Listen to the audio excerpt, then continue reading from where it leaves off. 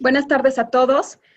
Antes que nada, quiero decirles que es un honor para mí poder estar con todos ustedes esta tarde. Celebro la decisión del ministro presidente y su equipo de trabajo de realizar este evento y muy puntualmente quiero destacar su apuesta por el apoyo a ustedes, jóvenes universitarios. Vivimos un momento de transformación en muchos sentidos. Sin duda, la pandemia nos llevó a alcanzar una realidad que no se había visto, pero estoy segura que con el entusiasmo y talento que hay en todos ustedes, saldremos adelante en conjunto. Gracias por inscribirse a este encuentro universitario. Ello indica que confían en nosotros y no lo duden, nosotros en ustedes. Son ustedes quienes en un futuro, seguramente muy próximo, tendrán en sus manos la conducción del país en toda la amplitud de sus vertientes. Por ello, comparto absolutamente la idea del ministro presidente sobre sembrar en ustedes el respeto y el deseo ferviente de protección a los derechos humanos de todas y todos los mexicanos. Les cuento brevemente, con mucho orgullo, que soy egresada de la Universidad de Guanajuato. Desde que era estudiante del quinto semestre, tuve la fortuna de ingresar a trabajar en el Poder Judicial del Estado de Guanajuato. Posteriormente ingresé al Poder Judicial de la Federación, siendo estudiante aún, y en mi carrera profesional, que prácticamente se ha forjado ahí, ocupé los cargos de oficial judicial, actuaria, secretaria de tribunal, y posteriormente resulté vencedora en el 21º concurso de oposición para la designación de jueces de distrito, siendo adscrita a partir del 15 de junio de 2015 al juzgado mercantil con sede en Cancún, Quintana Roo. El año pasado participé en el primer concurso de oposición para la designación de magistradas de circuito, certamen impulsado por el ministro presidente como una acción afirmativa para eliminar la disparidad de género a nivel de titulares en el Poder Judicial de la Federación. Al resultar vencedora, fui adscrita al Tribunal Colegiado en Materias Administrativas y de Trabajo con sede en Querétaro, órgano colegiado que, por cierto, desde su creación, es integrado a partir de mi adscripción por primera vez con la inclusión de una mujer. En esta ocasión me corresponde hablar de los juicios orales, es el taller en el que hoy vamos a trabajar. Me encanta la idea de estar con ustedes por este medio. Ojalá en un futuro no muy lejano podamos hacerlo personalmente como se venía haciendo en otras ocasiones, pero sin duda este esfuerzo que se está realizando por parte de todo el equipo de presidencia de la Suprema Corte de Justicia de la Nación es muy loable. Me quedé muy sorprendida cuando supe la cantidad de jóvenes que se inscribieron a este encuentro universitario y bueno, les reitero que estoy muy contenta por poder participar con ustedes esta tarde. Como les decía, mi participación hoy se referirá a los juicios orales en materia mercantil. A la par de este taller se están llevando otros dos en las que mis compañeros y amigos, el juez Iván Seferín y la magistrada Josefina Pérez Romo, están hablando de la justicia en materia penal y es por eso que en este taller vamos a hablar del juicio oral mercantil. Bien, me gustaría primero que empezáramos a hablar sobre cuándo se creó este juicio oral mercantil y el camino que hemos recorrido a partir de su creación. En el decreto publicado en el Diario Oficial de la Federación el 9 de enero de 2012, que entró en vigor el 27 de enero del mismo año, se implementó el juicio oral mercantil. En el Poder Judicial de la Federación iniciamos con 3 juzgados, uno precisamente en Cancún, Quintana Roo, uno en Puebla y otro en Jalisco. Las razones que se expusieron por parte de la legislatura para la creación de este juicio oral mercantil fueron la justicia pronta, eficaz y eficiente para solucionar conflictos y ordenar la restitución de bienes y derechos perdidos. Ustedes no lo saben, pero quienes formamos parte de la generación atrás, una o dos atrás de ustedes, sí lo sabemos y hasta me puedo atrever a decirles que lo padecimos. Juicios larguísimos, juicios interminables de 10 años, de 11 años, que no terminaban al final del día por darle justicia a ninguna de las partes. Es por eso que siempre he considerado que la inclusión de los juicios orales en nuestro sistema de justicia ha sido un gran acierto por parte del Poder Legislativo, por parte del Poder Judicial al implementarlo y por parte de todos los operadores jurídicos, porque pienso que sí hemos logrado algunos o muchos de los objetivos que se buscaron en aquel momento. La iniciativa entonces propone crear un sistema de impartición de justicia en donde prevalezca la oralidad, para lo cual se otorga al juez mecanismos de control y rectoría que permitan llevar la mejor conducción del juicio. Para garantizar la celeridad, por ejemplo, se propuso suprimir todas las notificaciones personales, excepto el emplazamiento, teniendo por hechas las notificaciones de los acuerdos de las audiencias, aun cuando las partes no se presenten. Fíjense que esta parte es muy interesante porque, como ustedes saben, todas las determinaciones que se dictan en un proceso, en un procedimiento, tienen que ser notificadas a las partes.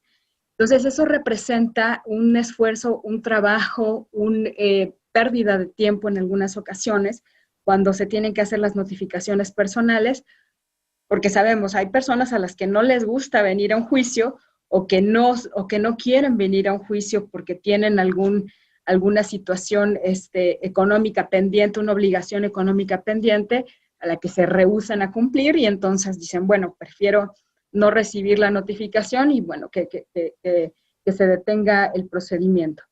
Una entonces de las razones o una de los ejes principales de esta reforma o de esta inclusión de los juicios orales, pues es darle celeridad a los procedimientos y se eliminan entonces todas las notificaciones personales, excepto el emplazamiento, porque como ustedes lo sabrán o ya lo habrán leído por ahí en algún momento, el emplazamiento es el derecho de audiencia máximo que todas las personas tenemos derecho a tener en un procedimiento.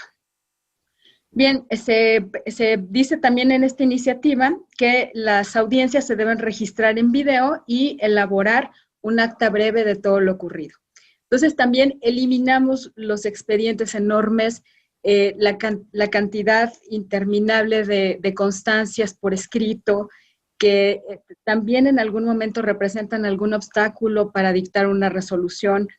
El estudio de tomos y tomos de documentos que en realidad hay veces que ni siquiera tienen relación con la litis que se está resolviendo, pues es también uno de los propósitos de esta reforma.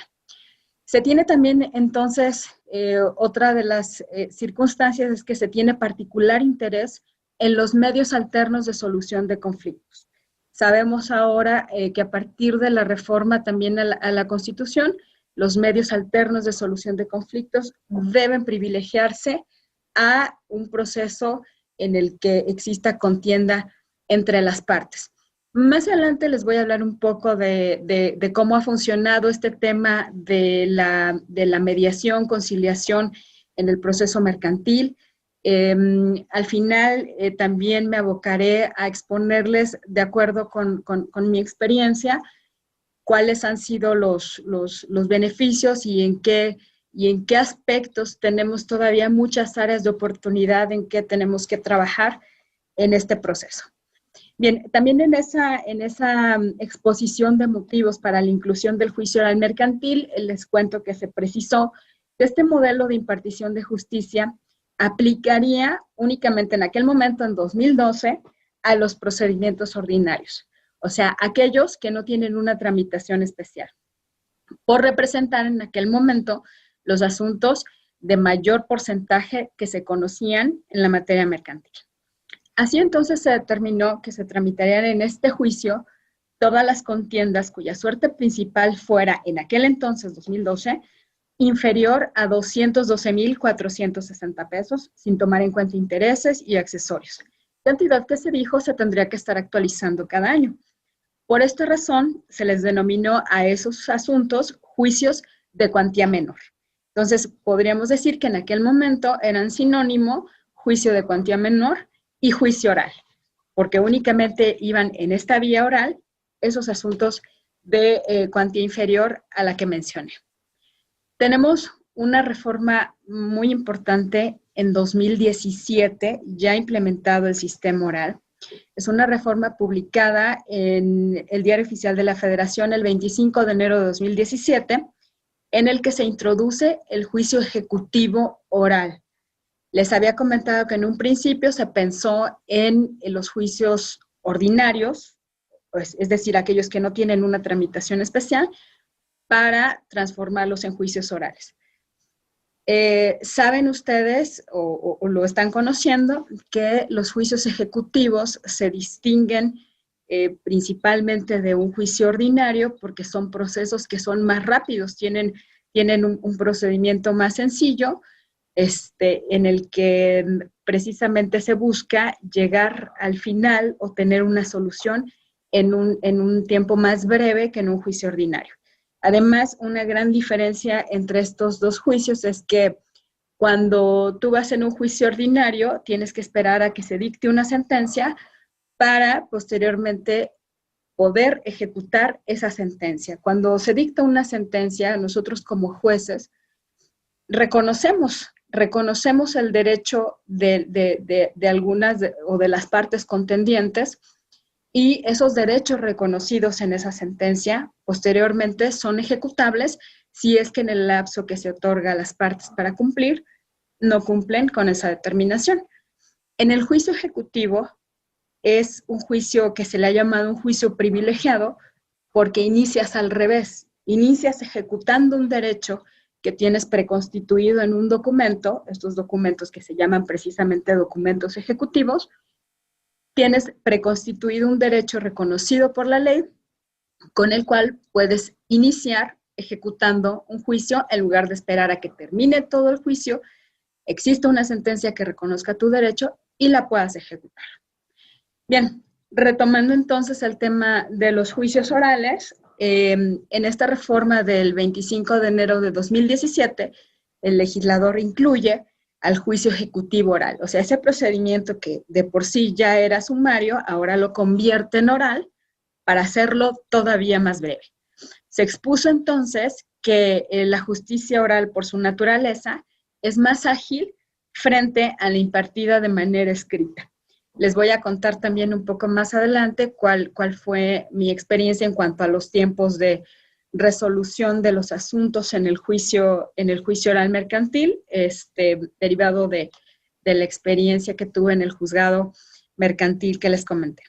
Lo anterior se sostuvo en la iniciativa, deriva del estudio realizado sobre la medición de resultados de la implementación de la reforma de enero de 2012, efectuado por la Secretaría de Economía, con la participación de la Comisión Federal de Mejora Regulatoria y el Tribunal Superior de Justicia del entonces Distrito Federal, sabemos ahora Ciudad de México. En dicho diagnóstico se determinó que a partir de la entrada en vigor de la reforma, había sido evidente la disminución de procedimientos, tiempo y costos para la resolución de los conflictos, lo que promovía entonces el crecimiento económico y el desarrollo social en un sentido amplio. Por lo tanto, se sostuvo, la iniciativa tenía como propósito simplificar los procedimientos e instaurar totalmente la justicia oral en materia mercantil con el fin de incentivar el cumplimiento de obligaciones en las transacciones mercantiles mediante procedimientos mucho más eficientes, eficaces y expeditos. Asimismo, se hizo referencia al Plan Nacional de Desarrollo 2013-2018, en el que se estableció como una de las metas un México próspero que busca el crecimiento sostenido de la productividad en un clima de estabilidad económico. Es decir, se incluyó o reconoció la razón económica de la instauración de la justicia oral mercantil. Textualmente la iniciativa se dijo: en este contexto, las propuestas que a continuación se describen en materia de juicio oral mercantil no solo beneficiarían a las partes en economía y seguridad social, transparencia y agilidad, se beneficia también al Estado mismo al introducir mecanismos de máxima eficiencia y eficacia en recursos humanos y materiales, al tiempo que incentiva el desarrollo empresarial, permitiendo la pronta resolución de conflictos mercantiles, así como soluciones alternas sin llegar al final del juicio cuando las partes así lo convengan. Entonces, fíjense cómo aquí ya se reconoce además un impacto en la economía propiamente del país al tener unos juicios más eficientes, eficaces y expeditos. Y se precisa entonces que los juicios orales mercantiles se tramitarían todas las contiendas mercantiles sin límite de cuantía, pero que su introducción se haría de forma paulatina en el plazo de 3 años. Así en aquel momento se dijo que para el primer año irían o se conocerían en la vía oral mercantil los juicios menores a la cuantía de 1 millón de pesos. Para el segundo año, los juicios menores a la cuantía de 1.500.000 pesos y para el tercer año, sin límite de cuantía.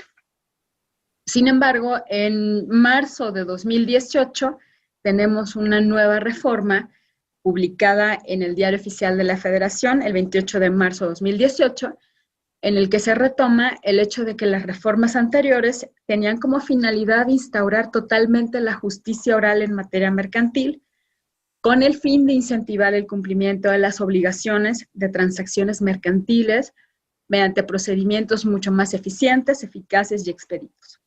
Sin embargo, se dijo que a fin de evitar que la última reforma encontrara dificultades y contratiempos para su implementación, era necesario ajustar los tiempos de su entrada en vigor y entonces se hicieron los siguientes ajustes. Para el juicio ejecutivo oral, es decir, para aquellas contiendas que inician con un documento ejecutivo, en 2018 se conocerían aquellos asuntos de valor igual o superior al que se establece en el artículo 1339 del Código de Comercio, que es una cuantía que cada año se va actualizando para determinar qué asuntos son impugnables mediante el recurso de apelación y hasta de esa cantidad establecida en ese precepto hasta la de 650,000 pesos. Aproximadamente el parámetro oscilaba entre, si mal no recuerdo, 17,000 pesos, de manera que la verdad es que durante ese año sí nos vimos en el impedimento de poder admitir muchísimas demandas en el juicio ejecutivo oral, porque la cuantía respecto de la que procedía el juicio ejecutivo oral, pues era muy, muy reducida, ¿no? Entonces era muy complicado que pudiera existir un asunto en el que la cuantía reclamada fuera de 600, de la cuantía, perdón, establecida en el artículo 1339 a 650,000 pesos. En fin, para 2019 se dijo que procedería este juicio en asuntos de valor igual o superior a la establecida en ese artículo 1339 hasta 1 millón de pesos. Entonces, bueno, aquí ya se amplió un poquito más el espectro sobre el cual podría caber la competencia de este juicio. Y finalmente se indicó que para 2020, para el año que estamos viviendo, procedería este juicio en asuntos de valor igual o superior al establecido en el 1339 hasta 4 millones de pesos. Para el juicio ordinario o juicio oral mercantil, se dijo que para 2018 procederían aquellos asuntos de cuantía hasta 650,000 pesos. En 2019 tendríamos asuntos de cuantía hasta 1 millón de pesos y en 2020 todos los asuntos sin límite de cuantía.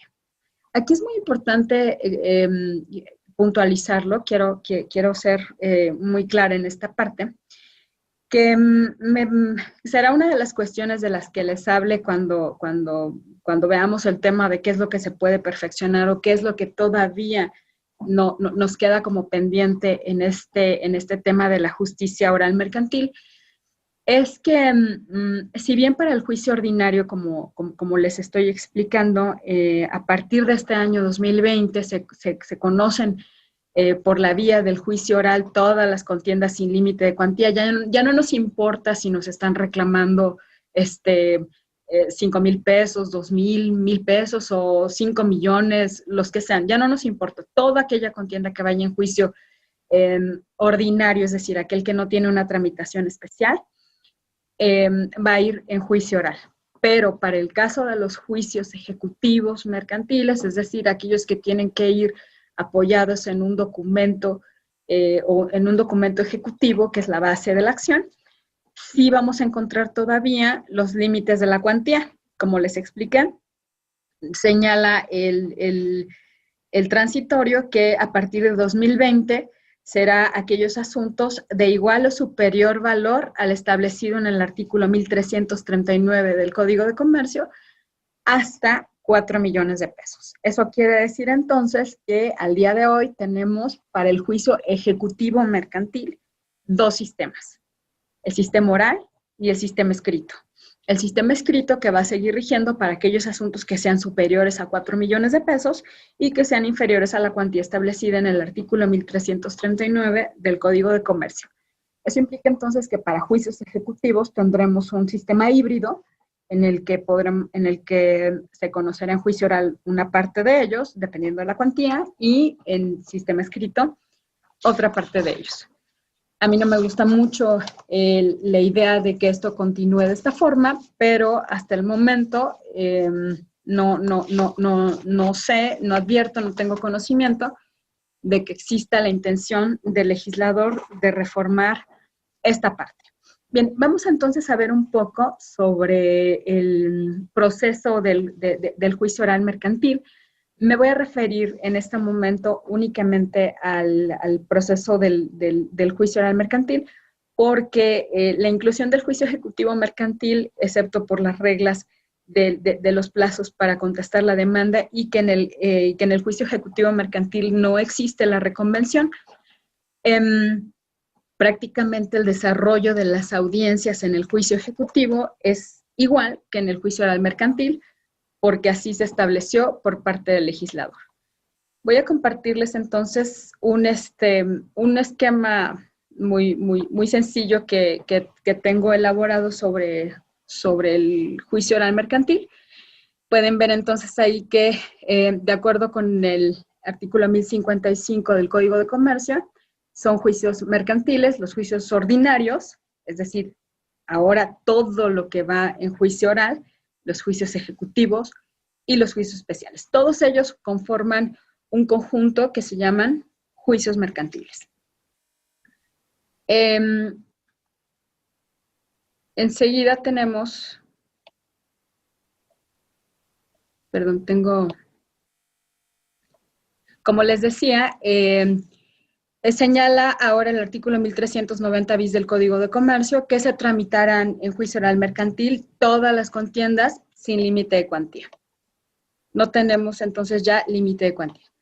Los principios que rigen el juicio oral mercantil. Esta es una parte muy importante. A mí me gusta mucho hablar de este tema porque estos principios, muchos de estos principios los compartimos con el sistema penal acusatorio. Sin embargo, tienen sus matices diferentes y es muy importante saberlo y distinguirlo, porque en ocasiones sí me ha tocado escuchar compañeros que me dicen, bueno, es que el principio de inmediación funciona igual o debía funcionar igual que en el sistema penal acusatorio. No funcionan igual algunos de estos principios. Tiene muchas razones importantes por las que no funciona de la misma forma. Todo tiene una razón de ser, todo tiene una explicación que espero hacerla de la manera más sencilla posible para todos. Bien, entonces tenemos los principios que son oralidad, publicidad, igualdad, inmediación, contradicción, continuidad y concentración. El principio de oralidad podemos verlo también en el caso del juicio oral mercantil, va a iniciar con la audiencia preliminar. Tenemos básicamente dos audiencias a las que me voy a referir con más detalle más adelante, que es la audiencia preliminar y es la audiencia de juicio.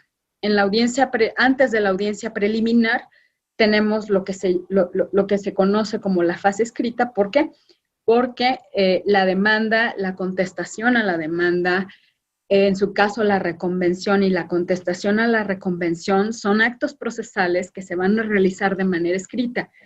Por eso es que se sostiene que el principio de oralidad en el juicio mercantil lo vamos a tener materializado a partir de la audiencia preliminar, el cual va a concluir con el dictado de la sentencia. Desde la audiencia preliminar, posteriormente la audiencia de juicio y el dictado de la sentencia, lo vamos a tener de manera oral. También es un tema al que me quiero referir más adelante respecto de las cuestiones que considero deben ser tomadas en cuenta posteriormente por el legislador es la fase de ejecución. Porque esa fase de ejecución la vamos a tener de acuerdo con el sistema escrito. Entonces, una vez que yo dicté la sentencia, vamos a seguir a la fase de ejecución, pero en esta ya no van a regir las reglas del juicio oral mercantil. Les voy a explicar más adelante cuáles son los inconvenientes que yo advierto en relación con ello. Bien, les decía entonces, las audiencias preliminar y la de juicio se desarrollan oralmente en lo relativo a que las partes que intervengan en las audiencias deberán hacerlo de manera oral. Ya no es posible que vengan a una audiencia y me presenten un documento y que en ese momento se tenga que elaborar un acuerdo también por escrito. Todo entonces tendrá que hacerse de manera oral. Las resoluciones que se pronuncien en las audiencias, les decía también, se tienen que notificar en la propia audiencia sin formalidad alguna e incluso sin que se encuentren presentes las partes. ¿Por qué? Es muy sencillo, todo redunda también en el principio de celeridad de este juicio, de manera que las partes están obligadas a acudir a las audiencias. Si no acuden a las audiencias, precluye su derecho. En el caso de la audiencia preliminar, incluso se prevé una sanción económica para quien no acuda a la audiencia. Esa cuestión de la sanción económica, de una multa, incluso ya ha sido cuestionada por alguna de las partes a quien no le pareció adecuada esta imposición de la sanción. Es un tema que ya fue analizado por la Suprema Corte de Justicia de la Nación y en la que se determinó pues que al final de lo que se trata es de no entorpecer el procedimiento y, como les decía, en muchas ocasiones la verdad era muy común que las partes no acudieran a las audiencias, trataran de poner cualquier pretexto para decir que no pudieron estar o que no recibieron una notificación, etc. La idea es que esto sea lo más ágil posible. Les reitero, quienes tenemos ya más años trabajando dentro del sistema judicial del país, sabemos lo difícil que ha sido trabajar con este sistema escrito, con todos los obstáculos que puede representar trabajar con este sistema, y que al final del día, insisto, una justicia que se imparte después de 10, 12 años, yo llegué a escuchar de verdad a mucha gente decir, por favor, ya lo que sea, pero que se decida, ¿no? Son muchos años de litigio, es un desgaste económico del aparato judicial, en fin. Por eso es que en este tipo de juicios se implementaron varias medidas para tratar de impedir que se obstaculizara el procedimiento. Entonces, como les decía, cuando nosotros como jueces dictamos una resolución en la audiencia, nosotros ahí mismo hacemos el papel del notificador y le notificamos a las partes. Les decimos que en ese momento están notificadas de todo lo que yo acabo de decidir en esta audiencia, estén o no estén, porque es obligación de las partes acudir a las audiencias. Les decía que también se implementó que las audiencias se registren en medios electrónicos y se autoriza algún otro medio idóneo a juicio del juez en caso de que no pudiera hacerse la videograbación por alguna cuestión de fallas técnicas o de algún impedimento material en aquel momento, ¿no? Se levanta un acta por parte del secretario en la que brevemente se hace una relación sucinta de lo que sucedió en la audiencia. Y también vemos este principio de oralidad en la nulidad de actuaciones, las cuales también deben formularse de manera verbal. De igual forma, los incidentes deben de formularse de manera verbal. La parte contraria debe contestar el incidente en la propia audiencia de manera verbal y ahí mismo se dicta la resolución.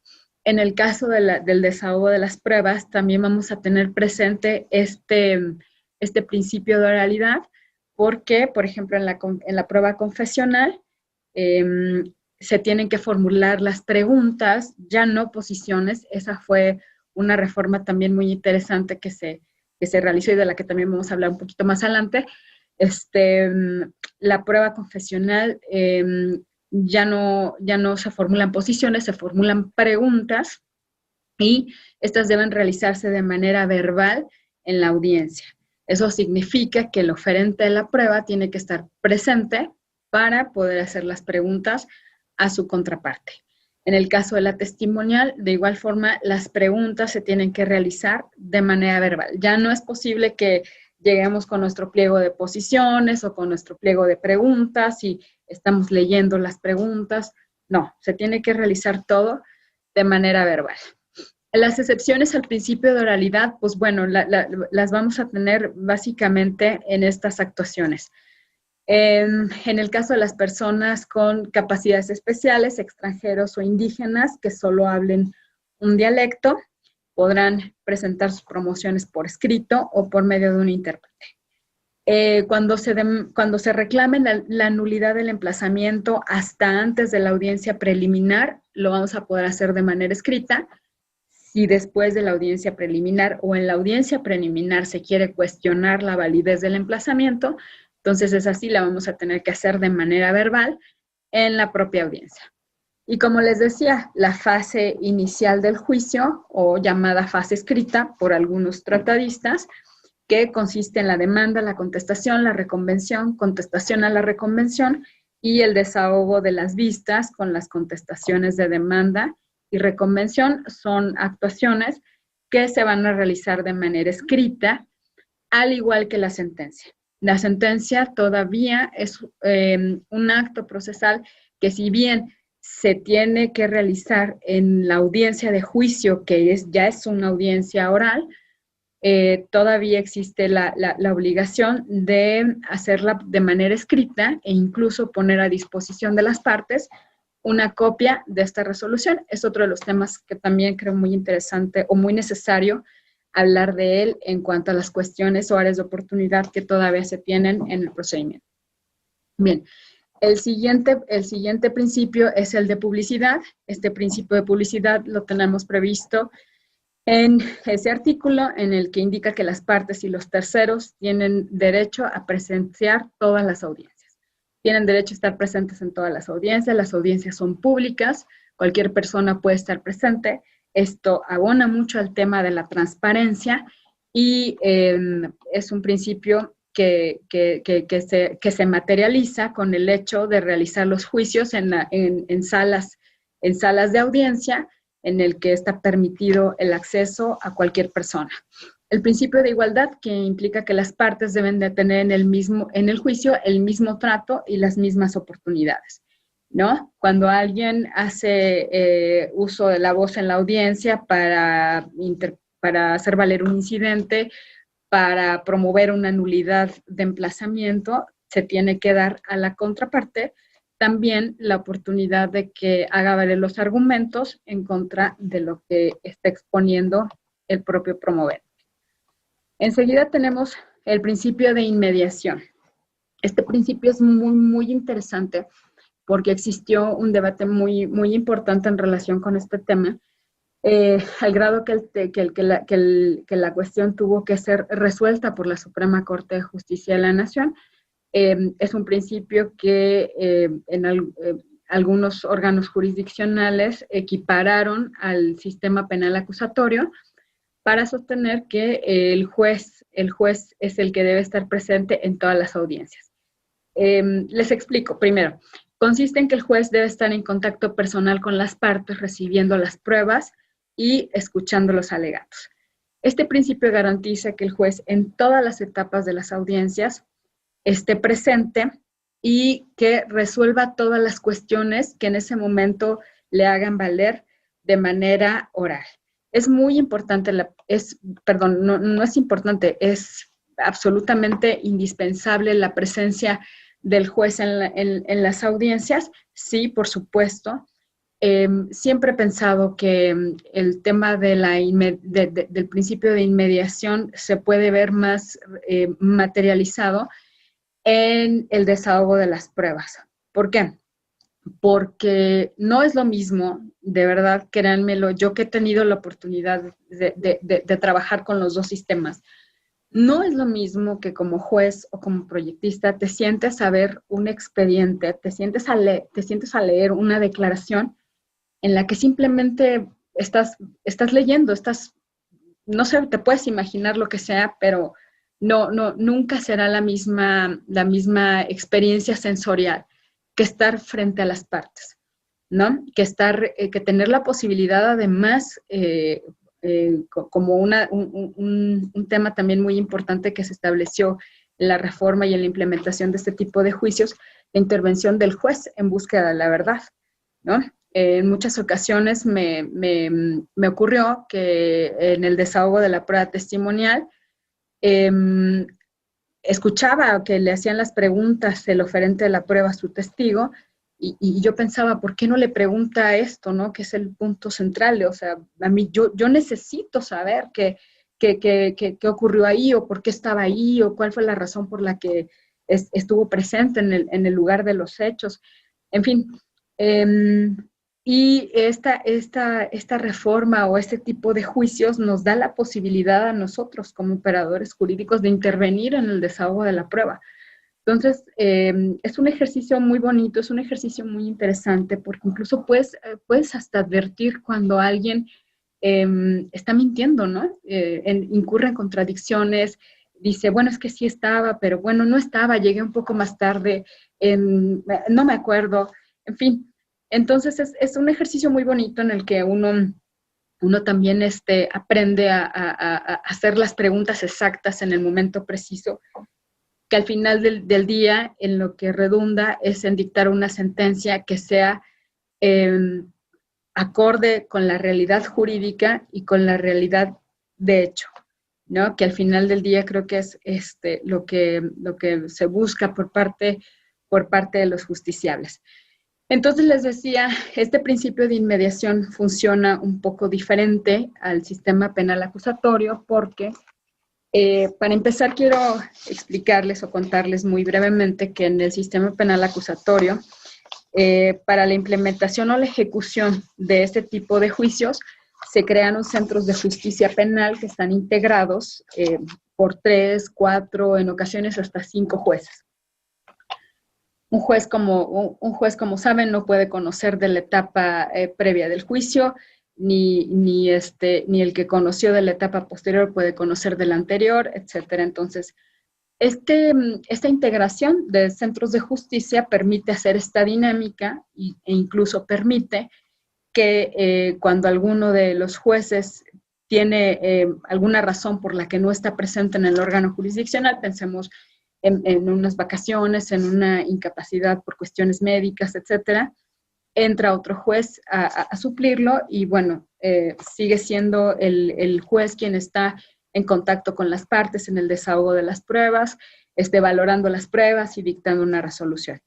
En los juzgados mercantiles funciona diferente porque no son un centro de justicia, son juzgados unitarios donde únicamente existe un juez, de manera que surgía ahí una contradicción de criterios por parte de tribunales colegiados que analizaron el tema, en el que se decía, bueno, es que el secretario en funciones que suple al juez en sus vacaciones no puede dictar una resolución ni puede celebrar las audiencias porque él no es el juez y entonces se viola el principio de inmediación. Yo siempre he pensado que al final del día el juez no soy yo, no es Marisol, no es Juan o no es Pedro. El juez es quien está representando el poder del Estado en un órgano jurisdiccional por virtud de un nombramiento que se le ha otorgado, ¿no? Entonces, el tema, les digo, fue materia de contradicción ante la Suprema Corte de Justicia de la Nación y al final del día esto fue precisamente lo que resolvió en jurisprudencias, una que es de rubro principio de inmediación en el juicio oral mercantil, no se vulnera cuando se faculta al secretario encargado del despacho para intervenir en su trámite ante la ausencia del titular. Y se expone, les platico brevemente, que las facultades de las que goza el secretario encargado del despacho por autorización en sustitución de un juez de distrito por vacaciones incluyen todas las potestades. Esto es, intervenir en los juicios orales, presidir audiencias e incluso dictar las resoluciones y sentencias correspondientes. Se indicó que se partía de una premisa fundamental para llegar a esa conclusión, que es que el Estado necesita la voluntad que haya de representar la suya, lo que solamente puede hacerse a través del hombre que totalmente la representa, y en ese sentido, fíjense, dijo, debe distinguirse al órgano del cargo. Son dos cosas muy diferentes. Se dijo entonces, es así que el secretario encargado del despacho está en aptitud de realizar las funciones completas propias del titular del juzgado, lo que incluye intervenir en las audiencias de los juicios orales, así como pronunciar las sentencias, lo que en modo alguno implica transgredir el principio de inmediación. En otro criterio se dijo, principio de inmediación en el juicio oral mercantil, no se transgrede si el secretario encargado del despacho por vacaciones del titular preside la audiencia del juicio y dicta la sentencia respectiva. Aquí se dijo, lo relevante es que las decisiones adoptadas por el juez tengan como premisa la percepción sensorial de los elementos que debió valorar.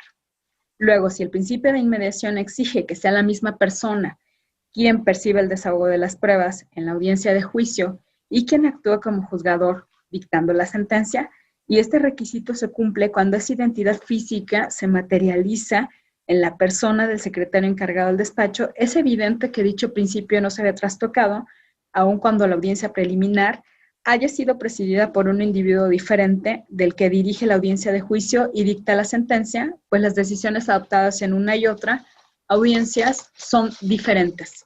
Aquí incluso se habló de la situación en la que fuera el juez quien presidiera la audiencia preliminar y quien realizara la audiencia de juicio y el dictado de la sentencia fuera el secretario encargado del despacho. El otro criterio es el que dice principio de inmediación en el juicio oral mercantil, no se vulnera cuando se autoriza la sustitución de juez de distrito por periodo vacacional, con fundamento en el artículo 161 de la Ley Orgánica del Poder Judicial de la Federación. Básicamente también se dijo, no se transgrede el principio, pues si bien el juez debe presenciar los actos del juicio, también lo es que cuando un secretario asume sus funciones como medida de carácter excepcional, se justifica debido a que evita la interrupción en la impartición de justicia y observa otros principios que también juegan un papel muy importante en el juzgamiento oral, como lo son la concentración y la continuidad.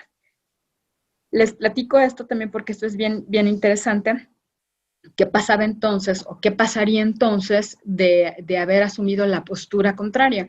Esto es que únicamente el titular del juzgado pudiera estar presente en las audiencias y dictar las resoluciones. Que en el periodo vacacional de ese juez no se dictaría ninguna sentencia. Ese periodo quedaría como un periodo en el que no se podría realizar ninguna de estas actuaciones con el perjuicio de vulnerar estos otros dos principios que son la concentración y la continuidad. Principios que considero son muy importantes en este tipo de juicios.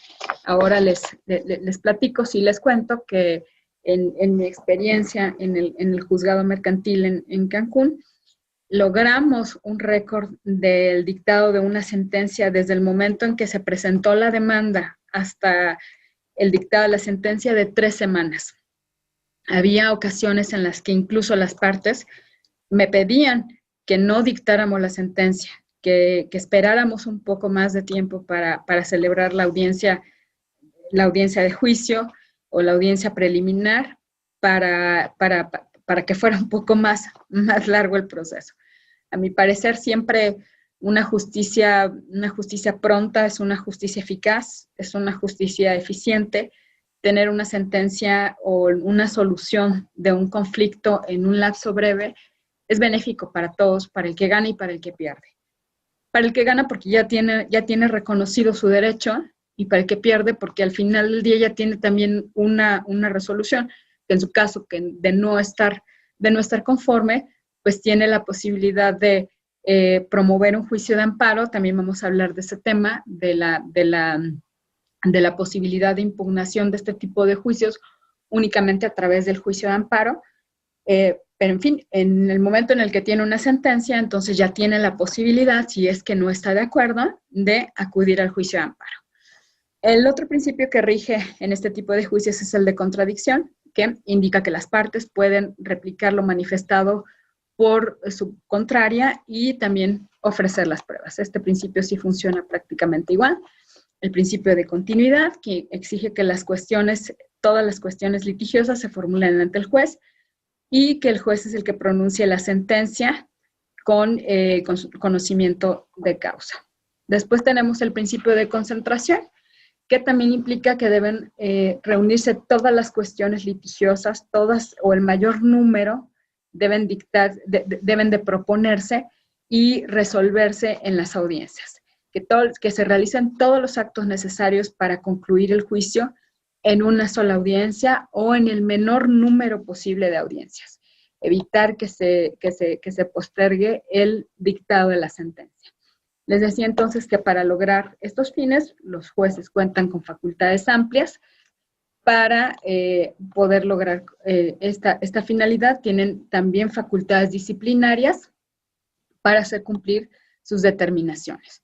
Les platicaba también que las notificaciones solamente se realiza personalmente el emplazamiento, las demás se realizan conforme a las reglas de las notificaciones no personales, y las resoluciones dictadas en las audiencias se notifican ahí mismo, estén o no presentes las partes. En cuanto a los incidentes, bueno, les decía, estos se tramitan en la propia audiencia. Cualquier incidencia que se quiera promover se debe hacer en la propia audiencia de manera verbal, excepto cuando reclamas la nulidad del emplazamiento. Si es antes de la audiencia preliminar, entonces se tendrá que formular de manera escrita. Después tenemos la objeción de falsedad de un documento, que es otra incidencia, y tenemos ahora, quiero mostrarles las reglas comunes a todas las audiencias. Les decía, todas las partes están obligadas a asistir a las audiencias, las resoluciones son notificadas, estén o no las partes, sin ninguna formalidad. Sin ninguna formalidad es tal cual lo estoy diciendo. Al final de la conclusión de una audiencia, yo lo que les decía a las partes es, en este momento quedan notificadas de todas las resoluciones emitidas en esta audiencia. Así, tal cual se los estoy diciendo, era el pronunciamiento que se realizaba en ese momento. Estuvieran o no presentes las partes. Ellas ya sabían que en el momento en el que yo hacía este pronunciamiento, quedaban notificadas de todo lo que se había decidido en esa audiencia. Les decía, las audiencias son presididas por el juez, se desarrollan oralmente, son públicas y se cuenta con facultades amplias de conducción. Las audiencias se registran en medios electrónicos, se levanta un acta muy breve de lo ocurrido y el juez puede decretar recesos, suspender o diferir las audiencias únicamente por casos excepcionales. El juez determina el inicio y la conclusión de cada una de las etapas de las audiencias y precluyen los derechos procesales que debieron ejercerse en cada una de ellas. Ahorita les voy a explicar en qué consiste la audiencia preliminar, porque son varias etapas las que se desarrollan dentro de esa audiencia, y por eso es que este precepto señala que una vez concluida cada una de las etapas, precluyen los derechos que en ese momento debieron haberse hecho valer. Bien, les decía, actualmente entonces tenemos dos audiencias nada más, la audiencia preliminar y la audiencia de juicio. Una vez que tengo contestada la demanda o que ha transcurrido el tiempo para contestar la demanda sin que se haya contestado, o bien si se contestó, se hizo valer la reconvención, pasó el tiempo para contestar la reconvención o se contestó la reconvención, tengo 10 días para citar a la audiencia preliminar.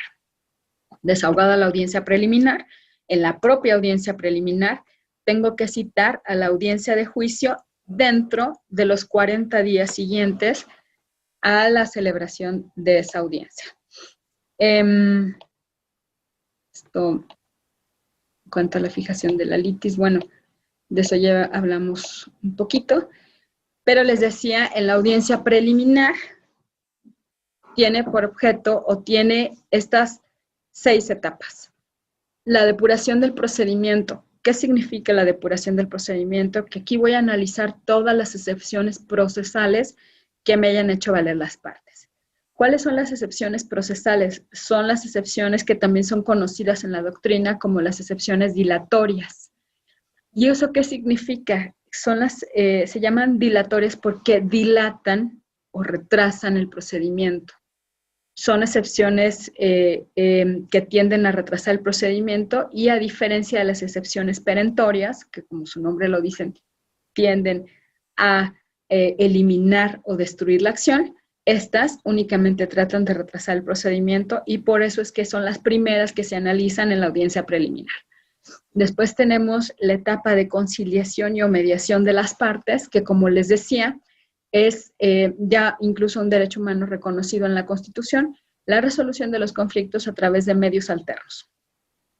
Después tenemos la fijación de acuerdos sobre hechos no controvertidos, la fijación de acuerdos probatorios, la calificación sobre la admisión de las pruebas y la citación para la audiencia de juicio.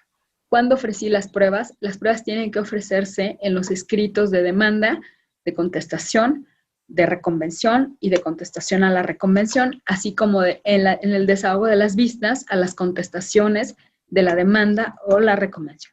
Son los únicos momentos procesales para ofrecer pruebas. No puedo llegar a la audiencia preliminar a decir que vengo a ofrecer pruebas. Ya no es el momento procesal oportuno. Es en esos escritos, por escrito entonces, donde voy a ofrecer las pruebas, con la excepción, toda regla tiene una excepción, aquí se trataría de las pruebas supervenientes, que como sabemos en términos generales son las que no conocían las partes o las que se producen con posterioridad al momento en el que debieron haberse ofrecido. Entonces, bueno, primero vamos a tener la etapa de depuración del procedimiento, que como les decía, es la etapa en la que vamos a analizar las excepciones procesales. Esta etapa es muy importante porque aquí pueden ocurrir muchas cosas. Puede pasar que me hagan valer la falta de personalidad de las partes. En el caso de la parte actora de resultar procedente esta excepción, entonces señala la ley que tengo que darle un lapso para que me justifique la personalidad. Y si es que no lo hace, entonces el juicio se sobreseerá. Eso es lo que señala el Código de Comercio, que en caso de que no se justifique, pues se sobreseerá.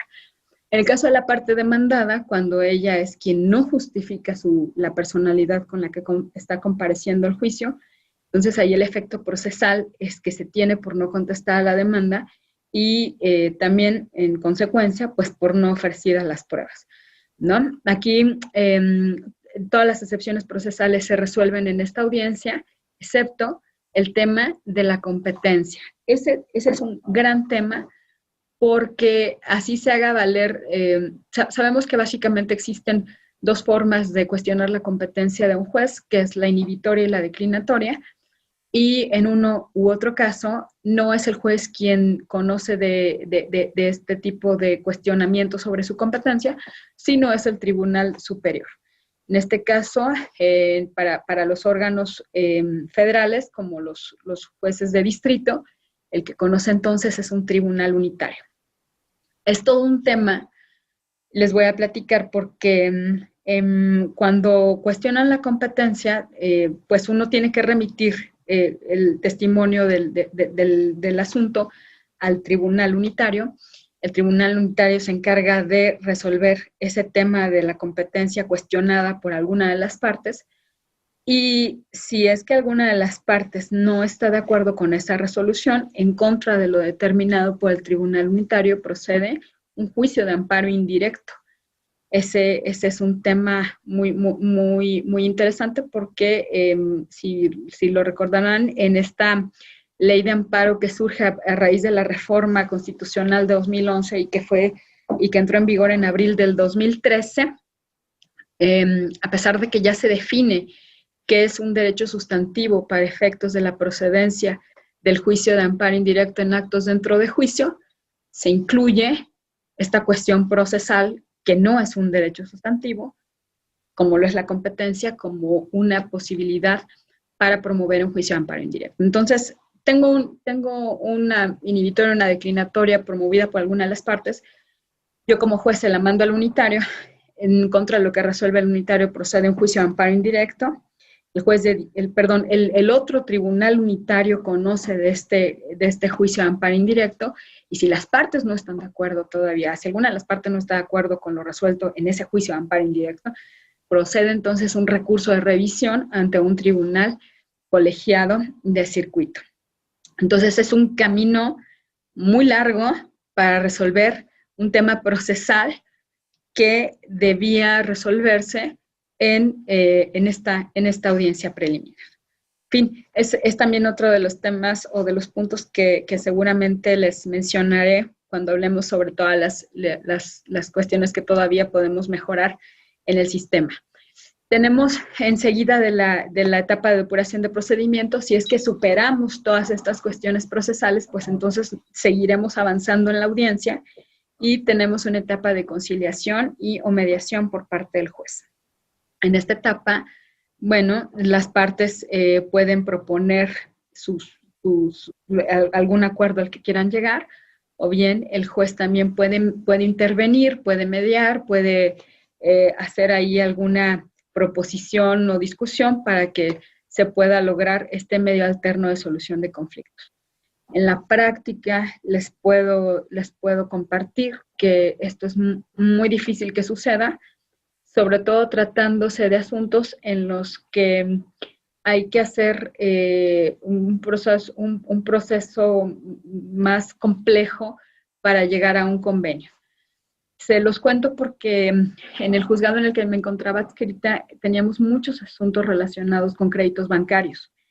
Entonces, cuando una institución bancaria va a celebrar un convenio con algún particular, bueno, las instituciones también lo son, pero me refiero a alguna persona que solicitó un crédito, es muy difícil de verdad que puedan en una audiencia sentarse y decir, sí, yo voy a celebrar el convenio.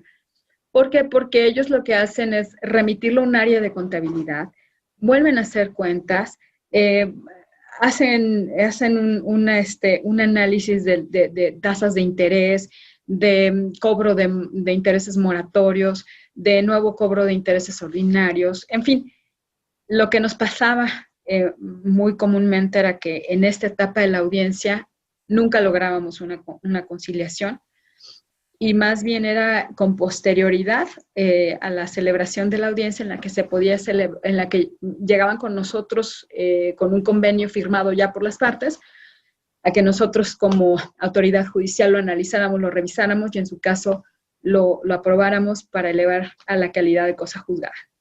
Entonces, sí pienso que esta etapa no está cumpliendo con su cometido, es también uno de los grandes temas que pienso que están todavía pendientes para determinar por parte del legislador. Tenemos después de esta etapa de conciliación y mediación, la fijación de acuerdos sobre hechos no controvertidos. ¿En qué consiste que exista un acuerdo sobre hechos no controvertidos entre las partes? Que todos aquellos hechos que hayan formado parte de la litis se traba con lo expuesto por el actor en su demanda. Pensemos en un juicio normal en el que únicamente tenemos demanda y contestación de demanda. La litis se traba con lo expuesto por el actor y lo que contestó el demandado en relación con esos hechos. Esa es nuestra litis. Entonces, aquí existe la posibilidad de que las partes digan, bueno, respecto de todos estos hechos que forman, del hecho 1 al 3 que forman parte de la litis, los dos estamos de acuerdo y entonces no hay controversia en relación con este tema. Se me ocurre, por ejemplo, celebraron un convenio, celebraron un contrato de compraventa. ¿Sí? Los dos estamos de acuerdo en que se celebre el contrato. Ah, perfecto. Entonces queda fuera de litis la existencia del contrato, la existencia de la obligación. Perfecto. Entonces eso puede ser materia de acuerdo entre las partes, de manera que cuando lleguemos a la etapa de pruebas y posteriormente a la de juicio, dejemos fuera aquello sobre lo que ya no hay controversia y hagamos entonces más concentrado y más sencillo el desahogo de las pruebas y el dictado de una resolución. Entonces, en eso consistiría esta parte. Nosotros como jueces tenemos la facultad de decirles a las partes sobre qué pueden acordar hechos no controvertidos. No lo podemos hacer. Y la razón es muy sencilla. Si ustedes lo revisan, el Código de Comercio señala que cualquier manifestación, generalmente las legislaciones lo dicen en cualquier materia, cualquier manifestación que se realiza dentro de un juicio, ya sea de manera verbal o escrita, puede constituir una confesión que puede ser valorada en el momento del dictado de la sentencia. Entonces, nosotros como jueces no podemos obligar a las partes o no podemos sugerirle a las partes que reconozcan ciertos hechos, porque ello se podría traducir en una confesión. Y nosotros obviamente no podemos obligar a alguien a que confiese lo que no quiere confesar, ¿no? Entonces, es esa la razón por la que nosotros no podemos intervenir en propuestas sobre hechos no controvertidos. Viene la etapa de fijación de acuerdos probatorios, en el que aquí sí vamos a poder proponerles a las partes qué pruebas ya no serían necesarias para el juicio, para resolver la litis, a partir de esos acuerdos sobre hechos no controvertidos. Es decir, si el actor ofreció la prueba confesional y la testimonial para demostrar la existencia del contrato, y ya en la etapa de acuerdos sobre hechos no controvertidos, las partes reconocieron que sí existe el contrato, pues entonces estaría de más admitir una prueba confesional o una prueba testimonial que tiene como finalidad probar un hecho respecto del que no existe controversia, ¿no? Entonces aquí sí, nosotros como jueces podemos intervenir y decirles a las partes, oye, pues esta prueba no es necesaria que se desahogue, por estas razones habría ya, no habría necesidad entonces de su desahogo. Y finalmente viene la etapa de calificación sobre la admisión de las pruebas. Es aquí el momento en el que el juez decide cuáles son las pruebas que se van a desahogar en la siguiente audiencia. La siguiente audiencia que les comenté es la audiencia de juicio, ¿no? Entonces, se va a hacer una relación de las pruebas ofrecidas por las partes. Nosotros como jueces decidimos qué pruebas se admiten y cuáles no se admiten, por supuesto, dando una razón fundada y motivada. Y al final de la admisión de las pruebas es la última oportunidad de las partes para poder objetar las pruebas. Si se objetan en cuanto a alcance y valor probatorio, entonces esa será una cuestión que será analizada únicamente o hasta el dictado de la sentencia. En cambio, si un documento o una prueba se objeta en cuanto a su autenticidad, es decir, se afirma que es falsa, entonces se tiene que ofrecer el medio de prueba necesario para demostrar la objeción. El tema de las objeciones es un tema muy bonito, pero es un tema muy, muy, muy complejo. Hay que tener muy claro el tipo de objeciones que se están realizando para a partir de allí poder determinar cargas probatorias. Si yo sostengo que un documento es falso, entonces indudablemente la carga probatoria tiene que ser mía, porque es a mí al que me interesa que se demuestre que ese documento es falso. No va a ser el oferente de la prueba el que diga, bueno, yo voy a traer una pericia para demostrar que el documento es falso. Eso no es lógico, ¿no? Entonces, bueno, ahí hay que tener clara también esa parte. Después de la etapa de la admisión de pruebas tenemos la citación para la audiencia de juicio. Es aquí en donde voy a decir cuál es el día y la hora en la que se va a desahogar esa audiencia de juicio. La audiencia de juicio que, insisto, tenemos a partir de la celebración de la audiencia preliminar hasta 40 días para celebrarla. Puede ser en el momento, puede ser al día siguiente, puede ser en 2 días, puede ser en 3, los que sean, pero que no rebasen 40 días. Enseguida viene ya señalada la fecha y hora para la audiencia de juicio, pues se celebrará en la que se haya mencionado, en la que se van a desahogar las pruebas. Todas aquellas pruebas que admití en la audiencia preliminar, aquí se van a desahogar, y enseguida viene la etapa de alegatos. Desahogadas las pruebas, se otorga a las partes el derecho de alegar y enseguida se procede al dictado de la sentencia. Esta parte de la audiencia es muy, muy interesante. Es una parte que también tiene varias, digamos, no quiero decir obstáculos, pero sí hay que tener en cuenta muchas cuestiones que también podrían ser materia tal vez de observación para los legisladores, porque, como les decía, la ley nos exige que en el momento del dictado de la sentencia, que en el momento en el que se dicta la sentencia, voy a dejar de compartir esta porque esto ya se refiere al tema de las pruebas, que en el momento del dictado, que en el momento de que yo desahogo las pruebas, voy a pasar a la etapa de alegatos y dicto la sentencia. Entonces, la propia ley nos exige que en ese momento se otorgue a las partes una copia por escrito de la sentencia para darles la oportunidad de que en el lapso de 60 minutos siguientes puedan promover, si es que así lo quieren, la aclaración de sentencia. La propia ley también señala que en el caso de que únicamente se hayan ofrecido por las partes pruebas documentales, es decir, pruebas que no requieren ninguna preparación para su desahogo, como les comentaba, las pruebas se ofrecen desde los escritos de demanda y contestación. Pensemos en un juicio en el que hay una demanda y una contestación, se ofrecen únicamente pruebas documentales por ambas partes. La ley señala entonces que en la propia audiencia preliminar, yo debo concentrar la audiencia de juicio, tener por desahogadas las pruebas porque no requieren ninguna preparación especial y dictar la sentencia en la propia audiencia preliminar. Eso significa que ya no vamos a citar a otra audiencia, sino que es en la misma audiencia preliminar en la que voy a dictar la sentencia. Eso es muy rápido, eso abona mucho al tema de la celeridad en los juicios. Es algo que me parece que se puede aprovechar bastante para efectos de reducir los tiempos en el dictado de una resolución, pero lo que sí resulta complejo es cuando tenemos varias pruebas.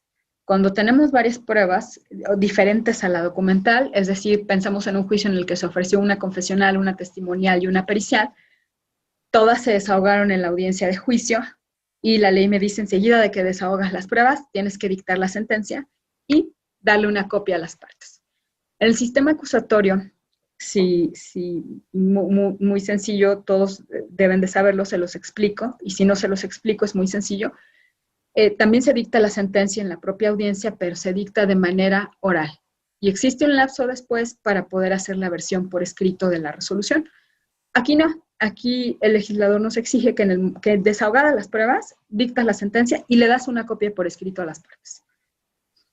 Entonces, cuando existen muchas pruebas que se desahogaron, cuando existen varios testimonios, las confesionales de ambas partes, periciales, etcétera, es un ejercicio un tanto complicado en el mismo momento redactar una sentencia y entregarle las copias a las partes, porque eso implicaría entonces que yo ya tengo una sentencia preparada y en la que no tuve oportunidad de valorar adecuadamente o detenidamente las pruebas como debe ser.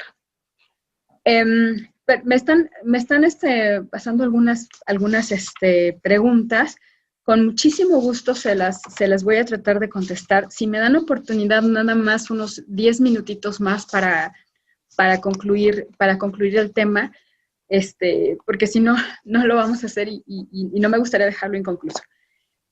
Pero entonces les decía, es complejo entregar en ese momento una sentencia por escrito, porque eso implicaría entonces que ya tengo como un documento preelaborado en el que no podría hacer ese ejercicio valorativo o plasmar el ejercicio valorativo que a lo mejor ya lo hice mentalmente, ya lo hice oralmente, pero plasmarlo tal cual en la sentencia en ese momento, me parece que resulta un ejercicio un poco complejo.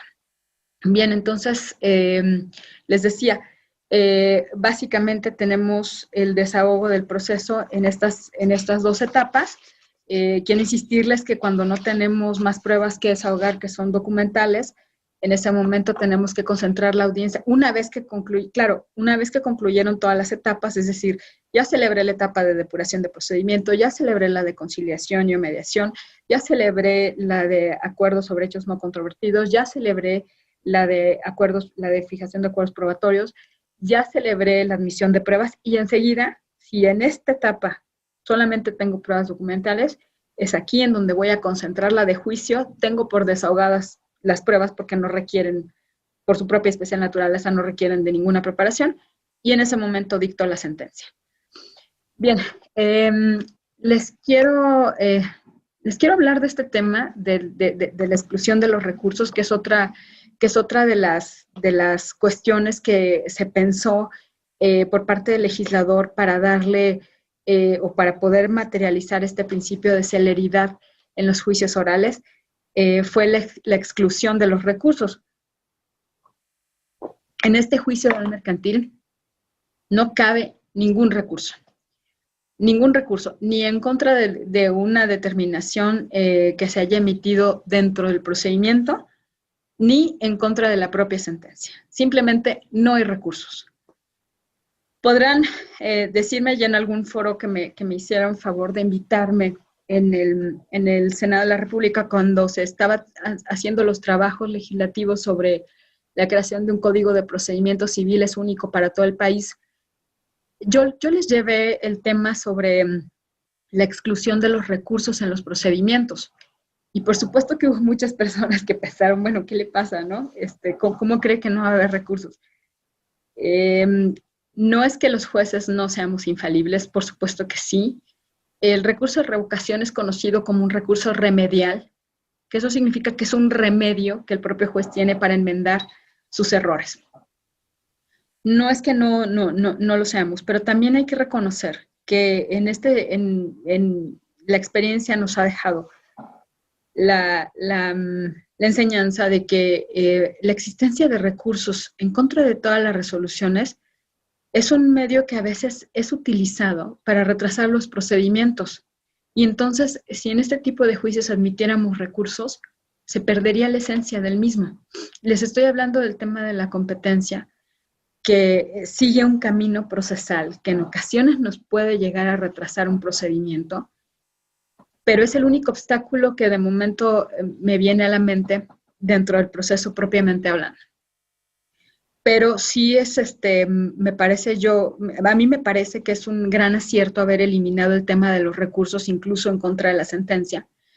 Y este tema fue ya llevado a la Suprema Corte de Justicia de la Nación, en el que se alegó precisamente la inconvencionalidad de ese artículo 1390 bis del Código de Comercio, que establece que en el juicio oral mercantil no hay recursos. Brevemente les platico, en ese asunto se discutió por parte del quejoso que este artículo era inconvencional porque transgrede el derecho humano un recurso de impugnación ordinario, el cual se encuentra previsto tanto en la Convención Americana sobre Derechos Humanos como en la Constitución. Él alegaba propiamente la violación a los artículos 8.2 y 25 de la Convención Americana de Derechos Humanos. Decía, estos preceptos nos establecen que todos tenemos derecho a un recurso en contra de una resolución y que se haya vedado esa posibilidad en el juicio oral mercantil, pues es violatorio de la Convención. En el estudio que realizó la primera sala de la Suprema Corte de Justicia de la Nación, sostuvo que primero delimitó los alcances de estos artículos 8.2H y 25 de la Convención Americana de Derechos Humanos. Dijo, es cierto que el 8 señala que las partes tienen derecho a recurrir el fallo ante un juez o tribunal superior. Ojo, este es un detalle muy importante. El 25 dice, es cierto que dice que toda persona tiene derecho a un recurso sencillo y rápido o a cualquier otro recurso efectivo ante los jueces o tribunales competentes que le ampare contra actos que violen sus derechos fundamentales.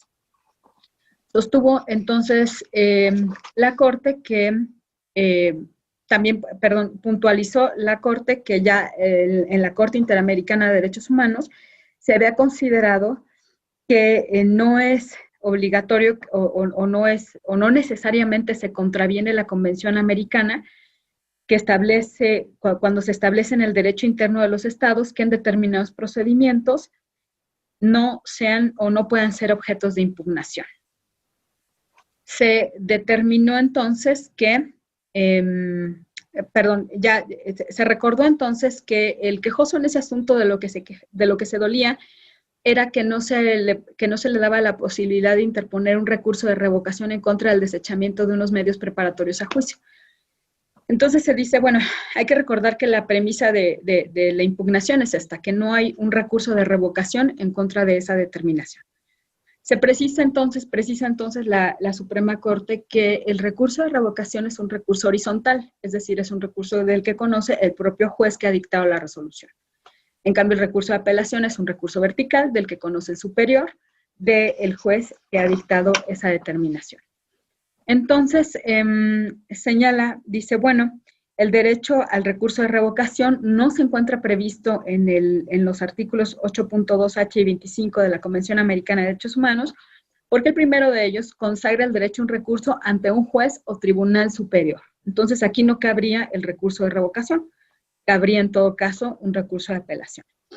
Dice, bueno, y sin embargo, tampoco en el 25, pues no le impide promover, por ejemplo, un juicio de amparo en contra de los actos que considera que le perjudican. Sin embargo, en el propio estudio se señala que ese recurso de revocación sí podría tener cabida en el artículo 8.1 de la Convención, así como en el 14 y 17 de la Constitución Política de los Estados Unidos Mexicanos. De ahí que entonces se procedió a hacer el test de proporcionalidad a la exclusión de los recursos que se señala en este artículo 1390 bis del Código de Comercio. Entonces se precisó que ya en la acción de inconstitucionalidad 22-2009 se había determinado que en relación con el principio de impugnación de sentencias judiciales debía prevalecer lo siguiente. La exclusión de la procedencia de recursos en procesos debe ser excepcional. Una eventual exclusión del acceso a los recursos debe tender a una finalidad constitucionalmente legítima. La medida debe ser proporcional y la exclusión debe obedecer a criterios objetivos que no den lugar a la discriminación. Entonces, sobre estas 4 premisas, analizó el precepto y señala, dice, bueno, el legislador no excluye el derecho a un medio de impugnación de manera generalizada, sino que lo hace únicamente respecto de los juicios orales. También se advierte que el legislador señaló que una de las finalidades de la reforma era darle mayor celeridad al procedimiento y en estas condiciones tenemos el fin constitucionalmente válido. Se indicó también que la exclusión de los recursos era razonable, ya que responde a la mayor urgencia de obtener una decisión definitiva y evitar los costos que implican juicios prolongados y complejos. También se dijo que se trata de una medida proporcional porque aunque limita el derecho a un medio de recurso ordinario, no se priva al gobernado del acceso a la justicia ni se le deja en estado de indefensión, ya que por un lado el procedimiento uninstancial deben respetarse las formalidades esenciales del procedimiento. Es decir, que se notifique el inicio del procedimiento, es decir, que se emplace a la parte, que se les den a ambas partes la oportunidad de ofrecer y desahogar pruebas y la oportunidad de alegar y el dictado de una resolución. Y por otra parte, esto es muy importante, dice, esto no implica que en caso de que se tenga una resolución adversa, no se pueda acudir a un medio de impugnación, pues existe un recurso extraordinario que es conocido como el juicio de amparo. ¿Por qué? Porque una vez que yo tengo una sentencia, puedo promover un juicio de amparo directo en el que puedo hacer valer todas las violaciones al proceso que hayan ocurrido. No me admitieron una prueba, se desahogó incorrectamente la confesional, se calificó una pregunta incorrectamente, se dijo que el perito no había acreditado su calidad cuando sí lo hizo. En fin, todas esas violaciones al procedimiento se pueden hacer valer en el juicio de amparo directo que se promueva en contra de la sentencia. Entonces, no se quedan inauditas las partes, no es que se les prive del derecho de impugnación propiamente dicho, porque, como les explicaba, está la posibilidad de promover el juicio de amparo directo. Recordemos que la ley de amparo señala que en el juicio de amparo directo se tienen que hacer valer todas las violaciones al procedimiento que se hayan cometido y, ojo, esto es bien importante, que hayan trascendido el resultado del fallo. Esa es una cuestión muy importante que tenemos que tener en cuenta cuando vamos a hacer valer o vamos a inconformarnos con una violación al procedimiento. La clave fundamental es que haya trascendido al resultado del fallo. Entonces, en estas condiciones, la Suprema Corte de Justicia de la Nación determinó que este tipo de exclusiones para los recursos en el juicio oral mercantil no es contraria o no es inconvencional ni contraria a la Constitución. Bien, para concluir entonces el tema, les quiero puntualizar los aspectos que yo advierto, que yo considero que pueden ser susceptibles de mejorar en el proceso. Primero, les decía, el tema de la conciliación, me parece que es un tema que no está funcionando, no es un tema que esté dando los frutos que se esperaba que dieran, porque además esa conciliación o mediación se realiza ante el juez. Entonces es el juez quien tiene que hacer esta labor de conciliador y mediador, cuando en otras materias, por ejemplo en la materia familiar, sabemos que existen mediadores profesionales, conciliadores profesionales.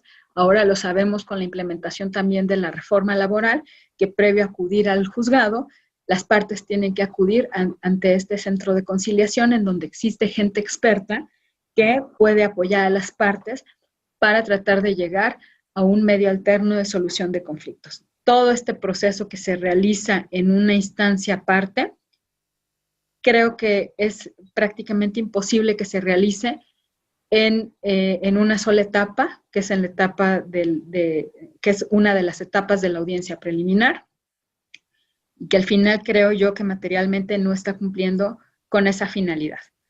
La otra sería, como les comenté, la obligación de entregar copias en la propia audiencia y otorgar 1 hora a los litigantes para formular la aclaración de sentencia. Es muy complicado plasmar en una sentencia por escrito toda la valoración de las pruebas, sobre todo en asuntos complejos que requieren de un detalle minucioso de esta valoración. El otro tema, el conocimiento de la competencia por parte de la alzada, me parece un obstáculo para materializar este principio de celeridad de los juicios. Recorre un camino que puede ser muy largo en muchas ocasiones. El otro tema, la etapa de la ejecución. Les decía, sigue con las reglas del juicio escrito y en ocasiones, aunque tengamos un juicio muy breve, pensamos en un aproximado de 2 meses que se haya dictado, desde que se recibió la demanda hasta que se dicta la sentencia, pensemos en un promedio de 2 meses. Después de esos 2 meses venimos con una etapa de ejecución en la que rige nuevamente el sistema escrito y créanme, hay asuntos en los que tenemos años tratando de ejecutar una resolución. Años. O sea, que todo el tiempo que ganamos en el proceso lo vamos a perder en la ejecución porque todavía seguimos con el sistema escrito en esa parte. En cuanto al juicio ejecutivo oral, les reitero, tenemos un sistema híbrido. Para el juicio ordinario no, ya conocemos en juicio oral de todos los asuntos sin importar la cuantía, pero para el juicio ejecutivo sí.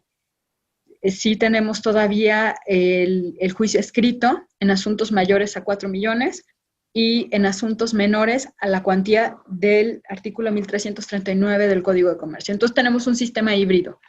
Eso me parece que no tiene una razón justificable para que exista. En la reforma 2017 se estableció la forma en la que se tramitarían los medios preparatorios y providencias precautorias por escrito. Entonces, ahí tenemos también un gran tema porque esta etapa previa al juicio, entonces la vamos a tener que llevar de manera escrita, con lo que implica el retraso de llevar cualquier procedimiento de manera escrita. Tenemos que en el artículo 1390 bis 47 señala, por ejemplo, que si el perito tercero en discordia no rinde su dictamen, será sancionado. Nos da un montón de reglas para saber o para poder lograr esta sanción a aquel perito que no rinda su dictamen, pero no nos dice procesalmente qué va a ocurrir, ¿no? O sea, pienso yo que las partes, pues, les podrá o no interesar que el perito sea sancionado, pero procesalmente, ¿qué va a ocurrir? El juez tiene que citar otro perito, tiene que suspender la audiencia, tiene por desahogada la prueba únicamente con los periciales de las partes. Hay una laguna ahí en esa parte. En cuanto al, pero bueno, no todos son malas noticias y no todo es incorrecto y no todo es que esté mal. Yo veo muchos beneficios en el juicio.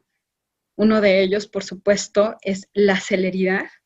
De verdad es, a mí, desde mi perspectiva, es inmensamente distinto la forma en la que se imparte justicia de esta forma. Les repito, nosotros logramos en algún momento dictar una sentencia tan solo en 3 semanas. El promedio pueden ser 2 meses, pero ¿qué va de 2 meses a juicios interminables de 10, 12 años? No es nada. Creo que por ese lado tenemos que agradecer y tenemos que decir que este es un proceso muy bondadoso por esa parte. Tenemos un sistema transparente. Les repito que las audiencias son públicas, cualquier persona puede estar presente. Tenemos un sistema eficaz y eficiente porque hay una solución al conflicto. Tenemos reducción de costos y tenemos, en consecuencia, una incidencia a la economía del país al hacer más fácil la fluctuación de los activos. Bueno, con esta parte entonces vamos a concluir mi exposición. Voy a pasar al tema de las preguntas. A ver, por aquí tengo. Si alguien más quiere hacerlas, me las están haciendo llegar ahora.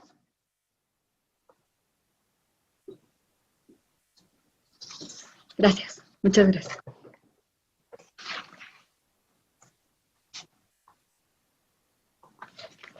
A ver, aquí me dicen precisamente el artículo, el transitorio quinto dice que a partir del 26 de enero del 2020, en los juicios orales mercantiles previstos se tramitarán todas las contiendas mercantiles.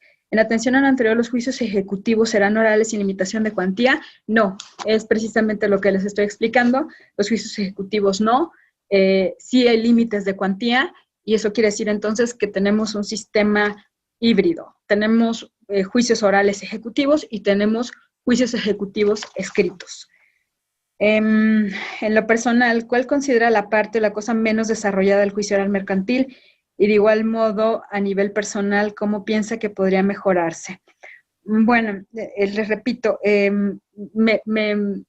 pienso que el legislador nos está debiendo esta parte de regulación de la fase de ejecución de los juicios orales mercantiles y la fase previa también, porque estas partes se están yendo por escrito. Personalmente, ¿qué pienso que puede mejorarse o que pueda estar en manos de nosotros como jueces?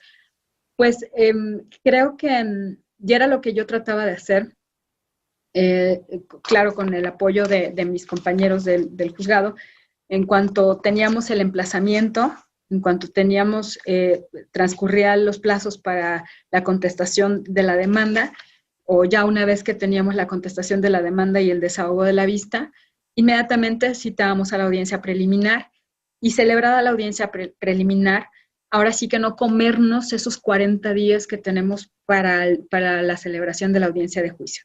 Es decir, si hoy es 4 de noviembre y ya celebré la audiencia de juicio, celebrarla el 11 de noviembre, ¿no? Por ejemplo, o sea, tratar de celebrar las audiencias de juicio lo más cercanas a la audiencia preliminar y no esperar a que pasen esos 40 días que la ley me los permite, pero no esperarlos, porque entonces ahí puedo hacer un retraso en el proceso, pues absolutamente innecesario. Dice, a partir del 2020 los juicios ejecutivos serán orales solo en el caso de la cuantía es igual o mayor a 4 millones. No, como les dije, serán serán orales solo los que estén dentro del parámetro de la cuantía del artículo 1339. Si me permiten, ahorita les digo exactamente cómo está para este año. Para este año tenemos una cuantía de 633,075 pesos con 88 centavos. Entonces, aquellos asuntos, juicio ejecutivo, aquellos asuntos cuya cuantía vaya de 633,075 pesos con 88 centavos a 4 millones de pesos, se van a ir en juicio oral. Pero si mi cuantía es menor a 633,075 pesos con 88 centavos, entonces va en juicio ejecutivo escrito. Y si es mayor a 4 millones, también va en juicio ejecutivo escrito. Por eso les decía que vamos a tener ahí las dos situaciones. Dice, ¿qué consejo a través de su experiencia nos podría dar para que el acceso a la justicia sea igualitaria y no se juzgue con perspectiva de género solo por ser hombre o mujer? El tema de la perspectiva de género es un tema que a mí también me gusta mucho, es un tema también del que he tenido oportunidad de hablar en algunos foros, y les quiero decir algo muy importante. El tema de la perspectiva de género tiene una base constitucional. Es el artículo 1 de la Constitución. Si se fijan, en la primera parte del artículo 1 de la Constitución señala que todas las personas tienen derecho a deben tener los mismos derechos humanos. Gracias. Gracias. Y en esas condiciones se prevé el derecho humano a la igualdad. El derecho humano a la igualdad es la base de la prohibición a la discriminación.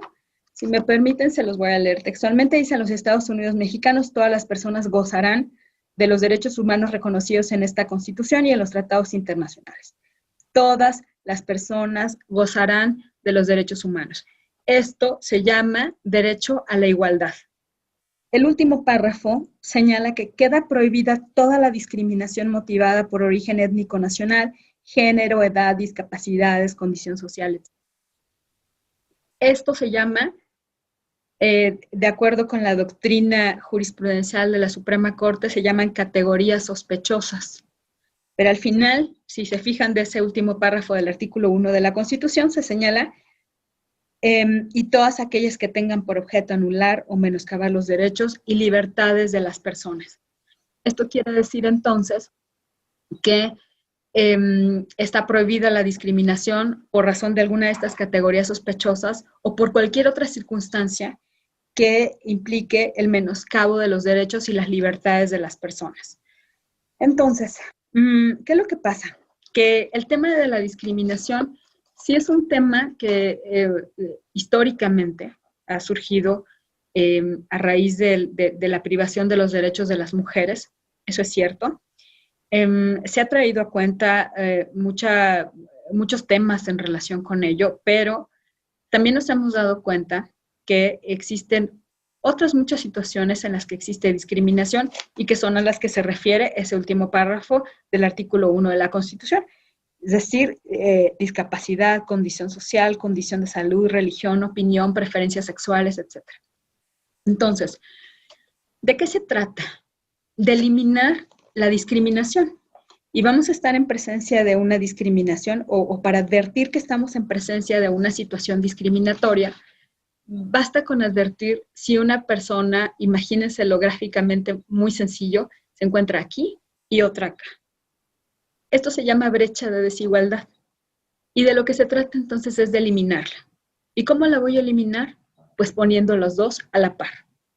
Cuando logro esto, entonces logro que los dos hagan o puedan materializar o se pueda cristalizar ese derecho a la igualdad del que habla el primer párrafo del artículo 1 de la Constitución. Entonces, ¿de qué se trata? De que todos estemos a la par, sin importar si soy mujer, si tengo una condición sexual, la que sea, si soy indígena, si soy menor, si soy mayor de edad, no importa. El tema es que estemos todos a la par.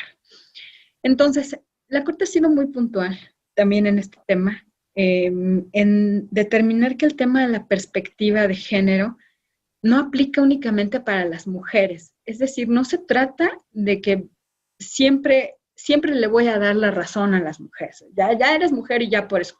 No, existen muchos asuntos muy bonitos que ha resuelto la Corte, en los que ha dicho, aquí, por ejemplo, veo que hay una discriminación en contra de esta persona que es un hombre, ¿no? Recuerdo el asunto del otorgamiento de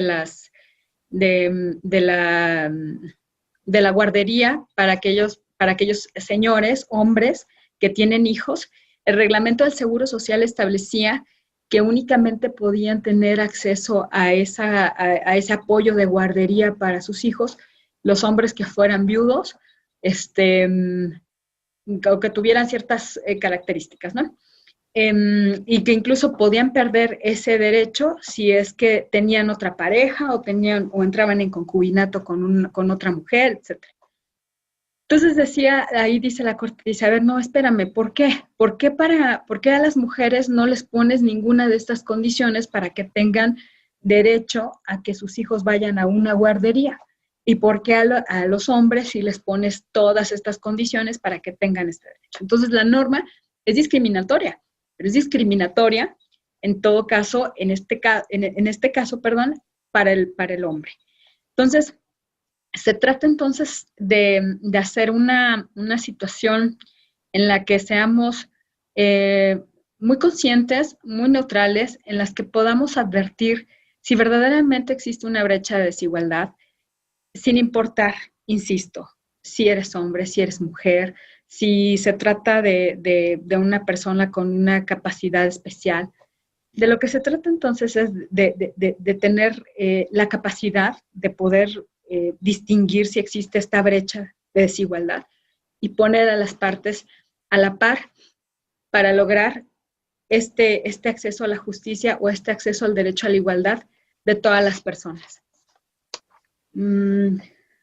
Tengo por acá, ¿cuál es la diferencia entre un juicio ejecutivo mercantil y un juicio oral mercantil? Bueno, como les decía, en un principio se podría decir que eran sinónimos. Juicio ordinario, que como les expliqué, juicio ordinario es aquel que no requiere una tramitación especial. Es decir, diríamos que es el comodín, ¿no? O sea, no es juicio ejecutivo, no es un juicio de fianzas, no es un juicio de algunos de los especiales que prevé el Código de Comercio, entonces va en juicio ordinario. En un principio podríamos decir que eran sinónimos juicio ordinario y juicio oral, pero ahora sabemos que tenemos un juicio ejecutivo oral. Un juicio ejecutivo oral que va a proceder en el caso de que nos encontremos dentro de los parámetros de las cuantías que les acabo de mencionar, ¿no? Entonces, yo pensaría o yo diría que ya no son tan sinónimos juicio ordinario y juicio oral, porque aunque todas las contiendas de juicio ordinario van en juicio oral, también habrá contiendas de juicio ejecutivo que van en juicio oral. Entonces, por eso les digo que pienso que no es, ya no podríamos decir que son sinónimos. Dice, cuando se ofrezca la prueba pericial, ¿en qué momento debe el perito rendir su dictamen y cómo se desahoga dicha prueba? Esta prueba se desahoga en la audiencia de juicio. Esta es una de las reformas que se realizaron en el decreto publicado en 2017. Se estableció entonces que esta prueba se va a desahogar en la audiencia de juicio. El perito tiene que acudir, ya no existe ese procedimiento que todavía hay, me parece, en algunos códigos de procedimientos civiles y que existía antes en el Código de Comercio, en el que llamabas al perito, le tomabas la protesta, tenía que aceptar el cargo, luego rendir el dictamen y luego comparecer a la audiencia de juicio, ya ni comparecían, etc. Aquí no. En el juicio oral mercantil, a partir de la reforma de enero de 2017, se ofrece la prueba pericial por cualquiera de las partes y, admitida la prueba en la audiencia preliminar, el perito tiene que acudir a la audiencia de juicio. Y es ahí en la audiencia de juicio en donde va a acreditar su calidad para la cual fue designado, en la que va a aceptar el cargo, en la que va a rendir protesta y en la que va a exponer verbalmente su dictamen, con la posibilidad incluso de que las partes lo cuestionen y de que el propio juez le formule preguntas en relación con su dictamen. Es en la audiencia de juicio en la que se debe hacer todo este procedimiento. Dice, en cuestión a deudas donde el acreedor es una institución financiera, la persona a la que se le proporciona un crédito y no lo pagó en su momento y ya se acumularon intereses y demás aspectos que incrementan la deuda. ¿Los jueces tienen la facultad de determinar cuantías menores? ¿Cuántas veces sucede en este caso?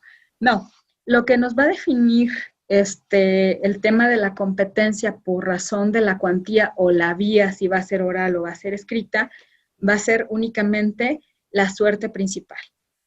Los intereses y demás accesorios, esos no se toman en cuenta. Lo único que voy a considerar para efectos de determinar si un asunto cabe o no en juicio oral, en el caso de los ejecutivos, ya quedamos que los juicios ordinarios todos van en juicio oral, ya no nos importa la cuantía, pero sí tendríamos el tema de definición en el caso de los juicios ejecutivos, porque ahí sí tenemos todavía que fijarnos si la cuantía está dentro del parámetro que les mencioné, 630 y tantos mil pesos a 4 millones de pesos, porque, y ahí nada más vamos a tomar en cuenta la deuda principal. No nos interesan no vamos a tomar en cuenta intereses, accesorios, ni ninguna de estas otras cuestiones. Me parece que son todas las preguntas que tengo por aquí. Y pues nada, por mi parte, nuevamente decirles que estoy muy contenta de haber estado hoy con ustedes. Gracias por su confianza, gracias por su participación, gracias por confiar en nosotros, gracias por ser estudiantes, por estar en la universidad y por hacernos ver que hay una esperanza de que ustedes en un futuro no muy lejano, como les dije, puedan ser operadores del sistema de justicia y que tengan enraizada la idea de la defensa de los derechos humanos. Muchísimas gracias.